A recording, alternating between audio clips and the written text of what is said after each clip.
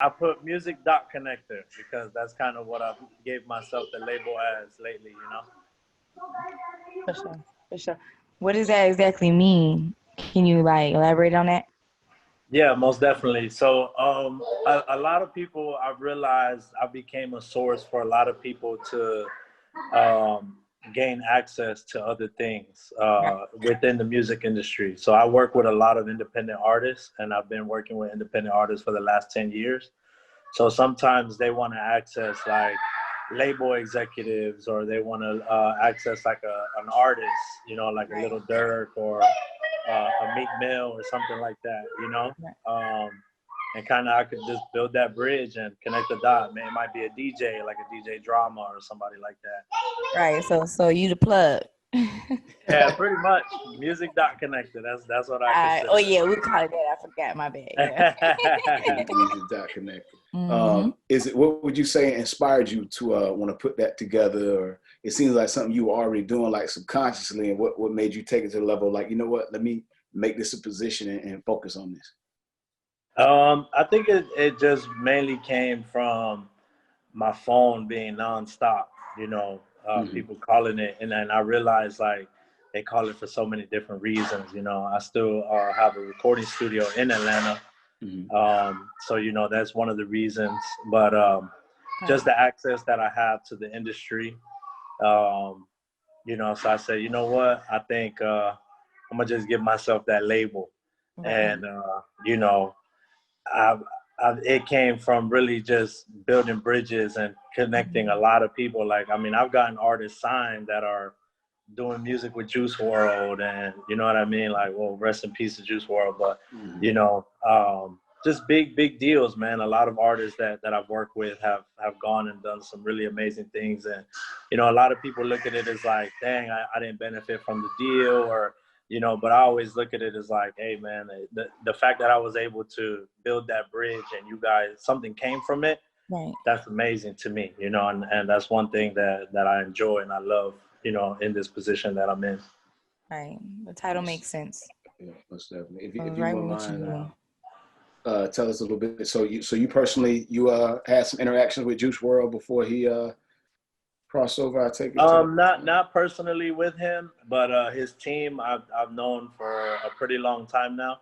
We've Mm-hmm. worked with his team really early on in their careers. Okay, well, Bibby, you know? Yeah, with Bibby and like his whole camp, you know, from G Money, which is his brother, and then Herb and you know, just the whole Chicago gang. We were really like, we helped them with their early on career really deep. So I seen that, you know, photos of you and P from QC and stuff like that. And, you know, you spoke of being able to help people get connected to like record labels and stuff like that. If you wouldn't mind just expounding on the relationship with you and QC and just anybody else that you've been able to develop relationships with in the industry that kind of, you know, that you've been able to usher other people into.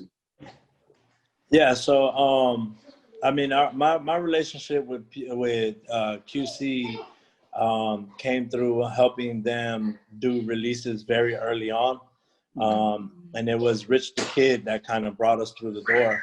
Okay. You know, Rich the Kid, I reached out to just, you know, like on Instagram, and it was very early on in his career.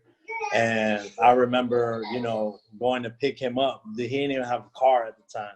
Wow. And you know, we took him to get his mixtape, like the, you know, when they drop a mix, back in the day they used to drop a mixtape, they used to press it up on a CD, and you know, to have the little slip inside with the clear cover on it. Mm-hmm. And we went and picked those up, and we went back to the studio, and we ended up helping him bag some of them up. It was during like A3C weekend or something like that.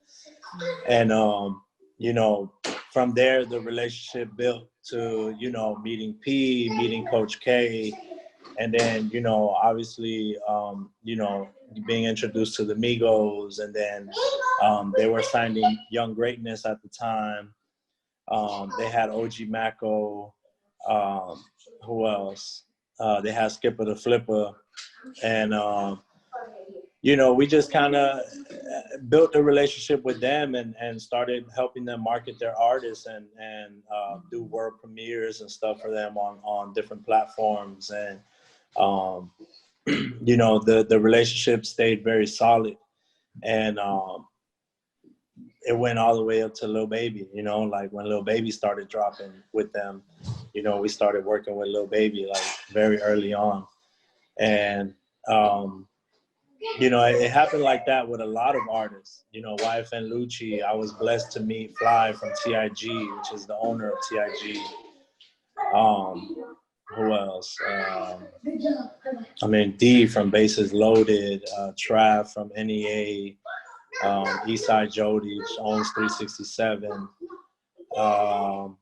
I mean, then it goes on to many of the major labels. You spoke of early interactions with Lil Baby, with QC and stuff like that, and it's, you know, he's only been rapping for a couple of years. Did you see in him what the world is seeing right now that early, or is it something that you were like, man, I knew it was going to be big, but I didn't know it was going to be as big as it is? I mean, definitely that.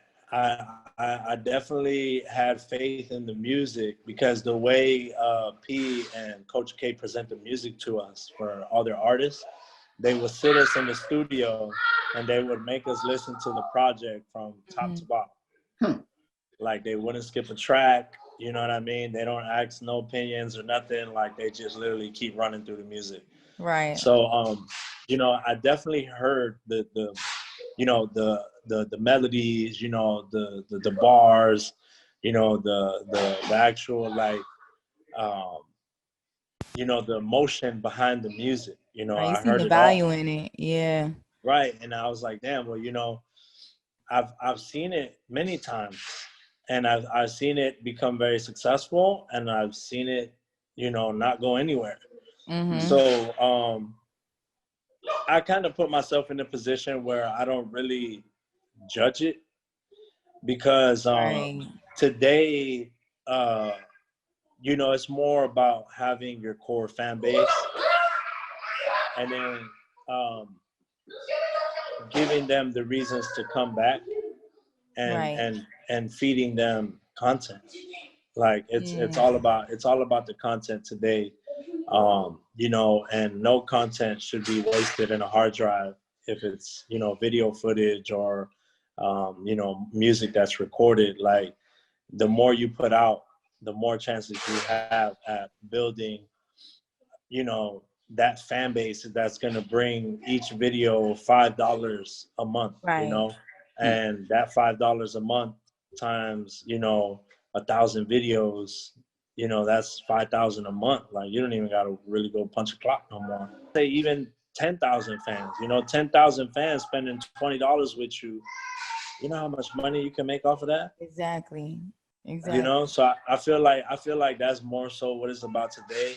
But you know, definitely like Lil Baby is, I mean, way bigger than I could have imagined him being, you know, like just off of listening to his music and sitting in the studio, like, you know, and that's, I didn't judge it, you know, I didn't judge it, but seeing where he is today, it's dope. It's definitely amazing. You know, yeah, it's to watch amazing. people grow like that, like personally, is crazy. That's And you dope. know what's even crazier is I was going through my phone and I found like the very first videos that we shot with him.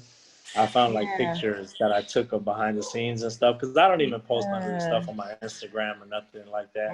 But I just have it all documented in my phone and I'm just like, wow. Like, you know, people won't even believe this, you know? Right. And then even coming back home to like my family, you know, like shout out to Future and the whole Free Bands. Like, you know, when they come to Miami, like we pull up on them and, you know, I'll take my family with me and they're just like, oh, you know, shit, like this is crazy. We're here with Future, like hanging out, you know, and it's just, you know, it's cool, man. It's definitely a cool feeling. But I just love to see them go off and be successful.